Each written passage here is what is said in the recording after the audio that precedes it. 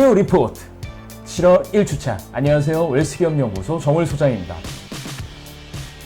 네, 2021년도 벌써 반이 지났습니다. 그리고 우리 기업의 2021년 절반의 매출도 이미 확정이 되고 이달에 이제 부가가치세까지 납입을 걱정해야 되는 이제 계절이 왔습니다. 벌써 이제 장마도 온 것 같고요. 이제 어느덧 2021년이라는 단어가 상당히 낯설었는데 이제 점점 익숙해져 오는 게 벌써 올해도 이렇게 가는 것 같습니다. 저희 CEO 리포트는 2021년 절반이 지난 지금 우리 대한민국의 중소기업의 시계는 어디를 가리키고 있는지, 그리고 우리 대표님들께서 준비하신 사업 그리고 업종마다 현재 어느 위치에 있는지를 한번 점검을 해드리도록 하겠습니다. 자, 그러면 본격적으로 시작하겠습니다. 네, 2021년 중소기업 수출이 드디어 회복세에서 이제 나가고 있습니다. 걱정 많이들 하셨을 겁니다. 그래서 중소기업 이제 어느 정도 우리가 통계를 통해서 확인할 수 있는지 한번 봤는데요. 자, 코스이 중소기업 동향, 중소기업연구원에서 나오는 중소기업 동향 2021년 6월 29일 자료를 봤더니 중소기업 생산이 증가했고 수출 상승폭도 확대되었다고 합니다. 특히 공장 가동률 자체가 코로나 있기 전 수준으로 어느 정도 회복이 돼가고 있고, 한때는 60%까지 떨어졌던 우리 국내 이 생산 내 지표일 수 있는 공장 가동률이 어느 정도 회복이 되고 있고요. 그 다음에 생산뿐만 증가한 게 아니라 재고도 같이 증가하고 있어서 향후 이제 기업이 이제 잘 될 수밖에 없는 요소들, 그 다음에 이제 소비가 어느 정도 회복되어 있고, 우리 중소기업도 이제 그동안에 그 코로나 이 팬데믹 상을 어느 정도 탈출하고 있고 산업도 거기에 맞게 재편되고 있다라는 것으로 해석할 수 있습니다. 그리고 정말 희망적인 소식은 수출 자체가 38.5%나 증가를 했는데 미국이 38.3, 베트남이 53.5, 독일이 무려 209%나 증가했다는 거죠.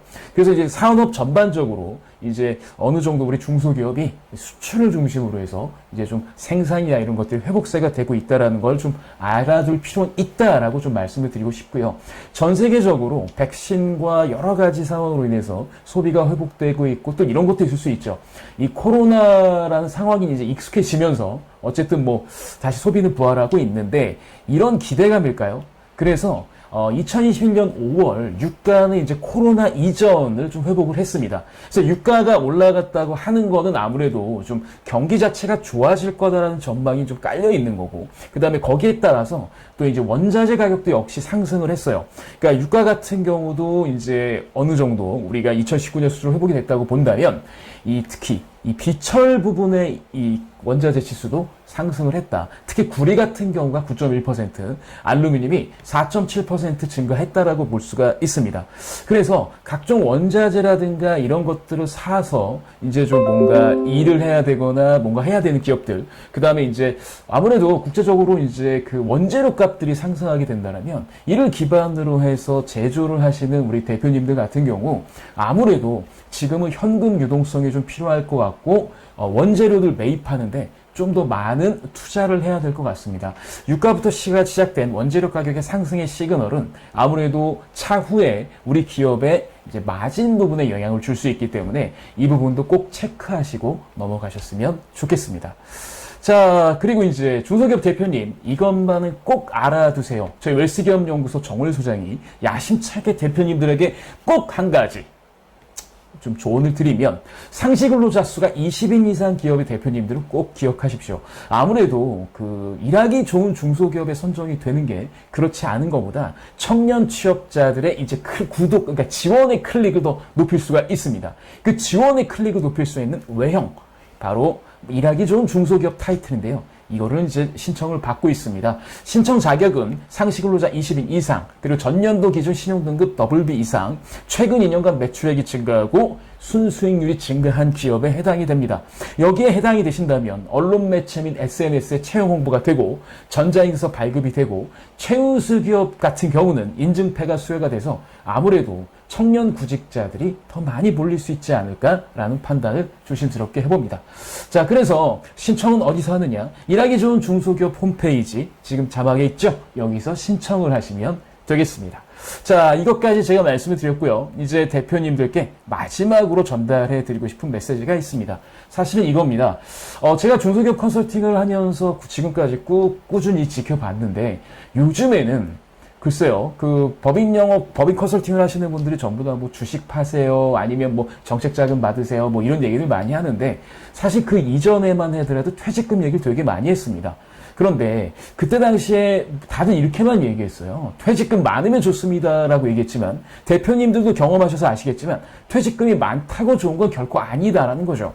그러니까 정관의 퇴직금 지급 배수가 높다고 해서 좋은 것도 아닙니다. 왜냐하면 세법도 바뀌었고, 게다가 퇴직금 지급 배수가 높다라고 한다면, 예를 들어서 우리 회사가 퇴직연금 DC형 가입이 안 돼 있는 상태에서, 특히 대표님 안 돼 있는 상태에서 외감을 간다고 치게 되면 부채 비율이 증가하게 되고 기업의 자산이 감소하는 이런 안정성 부분에 문제가 생기게 되는 거고, 그 다음에 퇴직금 많이 쌓으면 뭐합니까? 그리고 그거 가지고 뭐 보험 가입해서 퇴직금 금액 많이 늘리면 뭐합니까?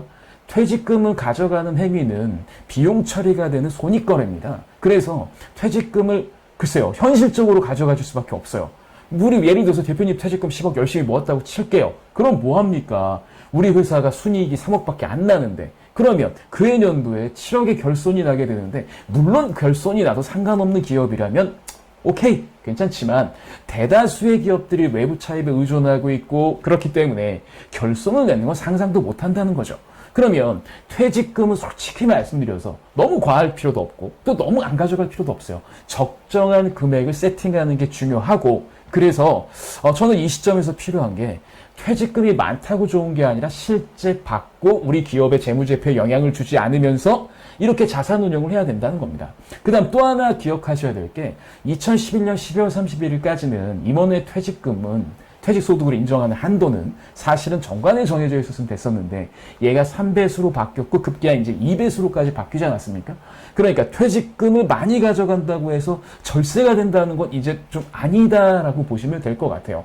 특히 퇴직소득세를 계산하는 방법이 좀 바뀌었기 때문에 고액의 급여를 수령하는 대표님들 같은 경우는 공제가 작아서 실질 부담이 커질 수밖에 없습니다. 그러면 퇴직금 하나만 준비하는 것이 아니라 여러 가지 CEO의 은퇴 전략을 가져갈 수 있는 장치를 마련해야 된다는 거죠.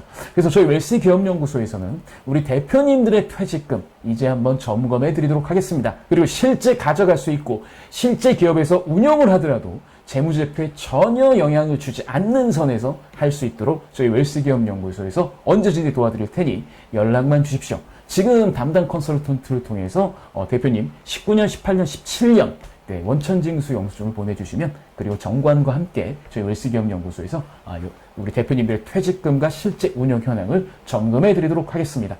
자, 이번 주 저희가 준비한 소식은 여기까지고요.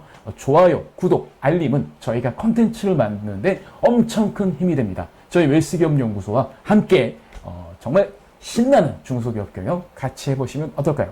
오늘은 여기까지입니다.